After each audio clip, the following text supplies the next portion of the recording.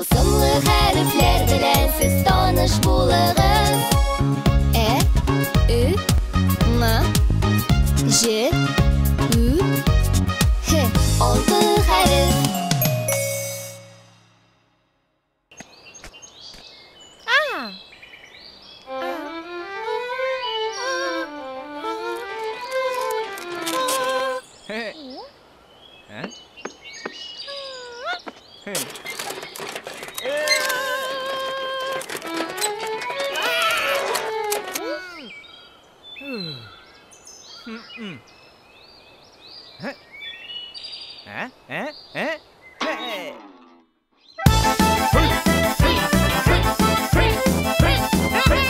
Кемнең арбасына утырсаң, шуның җырын җырларсың. Бу әйтем ихтирамлы мөнәсәбәт турында.